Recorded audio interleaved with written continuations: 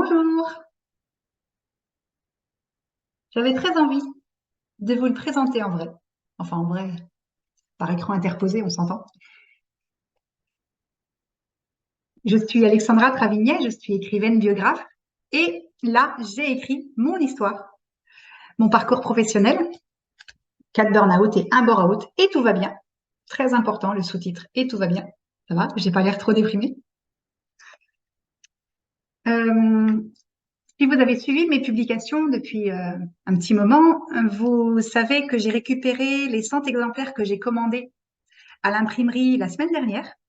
Donc jeudi dernier, oui, c'est ça. Et j'ai commencé dans la foulée la rédaction des dédicaces pour toutes les personnes qui me l'ont commandé. Il y a déjà un paquet de personnes. Il me reste encore quelques livres, mais dépêchez-vous. Donc, il est encore en vente sur la plateforme Ulule jusqu'à dimanche. Donc, je vous mets le lien dans les commentaires. Euh, et du coup, j'avais envie de vous le présenter. J'ai fait mes premières livraisons mardi matin. Mes premières livraisons d'exemplaires. J'ai envoyé hier une vingtaine de livres déjà, alors tous dédicacés personnellement. Pour moi, c'est important que chaque destinataire ait sa propre dédicace pour pas que ce soit la même que le voisin. Donc voilà, je fais pas un copier-coller, non, non, c'est vraiment pour vous. Et donc j'avais envie de vous le présenter sous toutes ses coutures. Face première de couverture, dernière de couverture. Alors, je sais pas si ce sera très net pour vous, mais je vais vous la lire.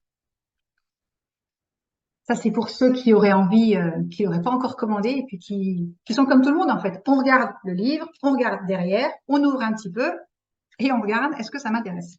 Voilà, on est tous pareils. Hein. 4 burn-out et un bore-out et tout va bien. Je vous lis la quatrième. Vous ne vous sentez plus à votre place dans votre poste actuel? Ce livre est fait pour vous. Première année d'enseignement, premier burn-out. Elle change d'école. 10e année d'enseignement, deuxième burn-out. Elle change de métier. Première année comme secrétaire générale, enceinte, troisième burn-out. Elle fait une pause d'un an. 8e année comme secrétaire générale, quatrième burn-out, ou presque. Parce que c'est vrai que au bout de 4, finalement, on commence à comprendre. Elle quitte la fonction publique pour créer son entreprise. Entre-temps, elle a assisté en direct au burn-out d'une collègue. Ça a aussi son importance dans le cheminement. Et a vécu un bore-out, cette autre forme d'épuisement professionnel. À chaque fois, elle a choisi de rebondir et s'en est donné les moyens. Entre joie et désillusion, cet ouvrage témoigne d'une quête de sens et de bien-être au travail. N'attendez pas le burn-out. Osez le changement. On a toujours le choix. À vous de décider de votre chemin de vie. Aujourd'hui, écrivaine biographe, Alexandra Plume s'épanouit dans son métier en donnant la parole aux anonymes, célébrités et entreprises. Sa passion, écouter et écrire votre histoire pour la transmettre à vos proches ou au grand public, selon votre voix, votre personnalité et vos objectifs. Et je mets en dessous 2 avis des toutes premières lectrices. Je suis post-burnout aussi. Il m'arrive de me reconnaître dans le choix de vos mots, M-O-T-S, voir si je peux me permettre de vos anciens mots, M-A-U-X. Vous lire fait du bien, alors merci. Un autre avis, écriture claire et fluide. J'ai adoré la métaphore de la bougie. Ça, pour connaître la métaphore de la bougie, il va falloir lire le livre. Je vais vous lire la table des matières. Avant, je vais vous lire l'incipit, comme vous voulez. Bref, ce qui est au début du livre.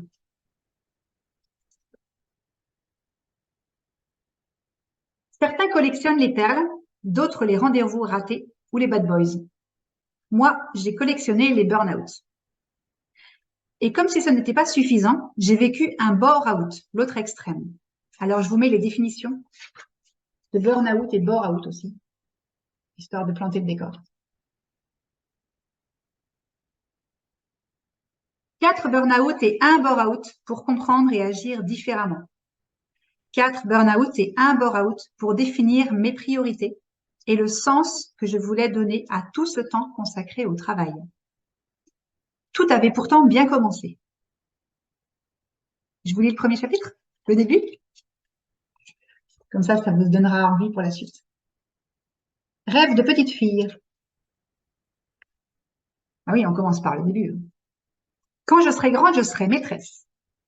En voilà un beau métier. Un métier de passion, un métier noble et utile, un métier qui a du sens, une vocation. J'avais 8 ans quand j'ai prononcé cette phrase pour la première fois. Et j'ai réalisé mon rêve après un parcours sans faute. École, collège, lycée, université, IUFM, Institut universitaire de formation des maîtres, puis de nouveau l'école, de l'autre côté de la barrière. Voilà, donc je vous raconte mon histoire. Et du coup, la table des matières, pour vous donner envie, parce que quand on regarde un livre, on regarde la première, on regarde la quatrième, on peut regarder la tranche aussi si on veut. On ouvre un petit peu, on regarde si ça nous intéresse ou pas, et on regarde la table des matières. Je sais, je l'ai vu faire encore mardi quand j'ai livré mes livres. Rêve de petite fille, donc c'est celui que j'ai commencé à vous lire. Premier burn-out, fonctionnaire, une année en classe. Deuxième burn-out, Georgia qui a fait ma note de lecture, qui m'a fait une note de lecture pour ce livre. Je vous en ai parlé il y a déjà quelques temps. M'a dit, bah oui, mais tu mentionnes 4 burn-out et un bore-out. Forcément, on les compte. On vérifie qu'ils sont tous là. Et oui, ils sont bien tous là. Donc, deuxième burn-out. Reconversion professionnelle. Spectatrice. La bougie. Ça vous intrigue, ça. Je suis sûre que la bougie, ça vous intrigue. Rien que pour ça, vous allez acheter le livre. Non, je ne vous lirai pas la bougie. Il va falloir le lire vous-même. Bore-out. Troisième burn-out. Au sud de la Loire. Quatrième burn-out. Ou presque. Oui, parce que voilà. Bon. C'est bon, j'ai compris. Enfin. Je pars avec un point d'exclamation.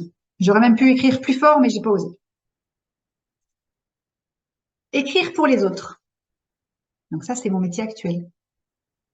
Choisir, oser, décider. Ça, c'est un message pour vous. Voilà. Et puis, un petit mot à la fin. Vous avez sur Ulule jusqu'à dimanche pour le commander. Et donc, vous avez toutes les informations dans le lien que je vais vous mettre dans les commentaires. Donc, toutes les informations sur la page. Vous pouvez bien sûr me contacter aussi en message privé, dans les commentaires.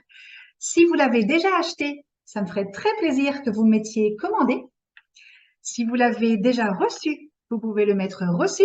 Si vous l'avez déjà lu, vous pouvez même me mettre ce que vous en avez pensé. Je trouverais ça génial. J'adore vous lire en fait. À chaque fois que je vous lis, ça me fait bien. Ça me fait du bien, ça me fait plaisir. Et donc voilà. Et ce que je voulais ajouter aussi, c'est que donc là, j'ai écrit pour moi. J'ai écrit mon livre, mon histoire, une partie de mon histoire. Et j'ai confirmé, ça m'a donné confirmation de ce que vivaient déjà mes clients, de ce qu'ils partageaient avec moi. À savoir que le fait de poser des mots sur son vécu, que ce soit toute sa vie, depuis sa naissance jusqu'à aujourd'hui, ou sur un événement particulier, c'est libérateur. Mais vraiment, moi, j'ai posé mes mots, il y a un moment où on est obligé de se structurer pour se poser, parce qu'on ne peut écrire qu'un seul mot à la fois, tout comme on ne peut dire qu'un seul mot à la fois. Et c'est très, très libérateur. Ça me permet de faire le point, de passer à autre chose. C'est ce que me disaient aussi déjà mes clients narrateurs. Donc, ça peut être aussi bien les personnes qui écrivent elles-mêmes, ou eux-mêmes, parce que j'ai des hommes et des femmes, des personnes qui écrivent elles-mêmes leur histoire et qui ont besoin d'être accompagnées, ne serait-ce que pour se fixer des objectifs, pour avancer, parce qu'on commence à écrire un livre et puis Et puis, on a tellement d'autres choses à faire qu'on s'arrête. Donc voilà, les personnes qui écrivent elles-mêmes ou les personnes pour qui j'écris. Donc, les deux sont possibles, hein. Et à chaque fois, c'est une libération, un soulagement, parfois parfois dès l'entretien, en fait, dès la première séance, parfois même dès le premier entretien de découverte. Déjà rien que là, les personnes me disent de toute façon, je me sens écoutée, je me sens entendue et ça fait descendre la pression. Mais vraiment.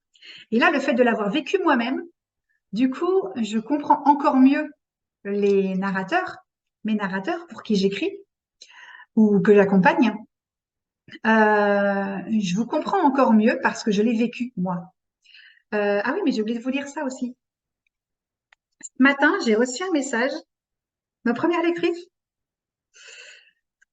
je vous le lis quand même. Je suis trop contente. Ton livre, c'est une tuerie. J'ai adoré le récit, l'écriture, le rythme, tout, tout, tout. Pour le coup, j'en veux 4. 4 de plus, s'il te plaît. Pour mes sœurs, ma belle-sœur et ma cousine. Ça lui en fera 5. 5 pour Audrey. J'adore. Je t'adore, Audrey. Merci. Donc voilà. Si vous voulez voir si vous êtes vraiment d'accord avec Audrey. Pour le commander, c'est jusqu'à dimanche sur Ulule. Et si vous avez des questions, des demandes d'informations, tout ce que vous voulez, je réponds à tous vos messages, à tous vos commentaires. Et je vous dis à bientôt.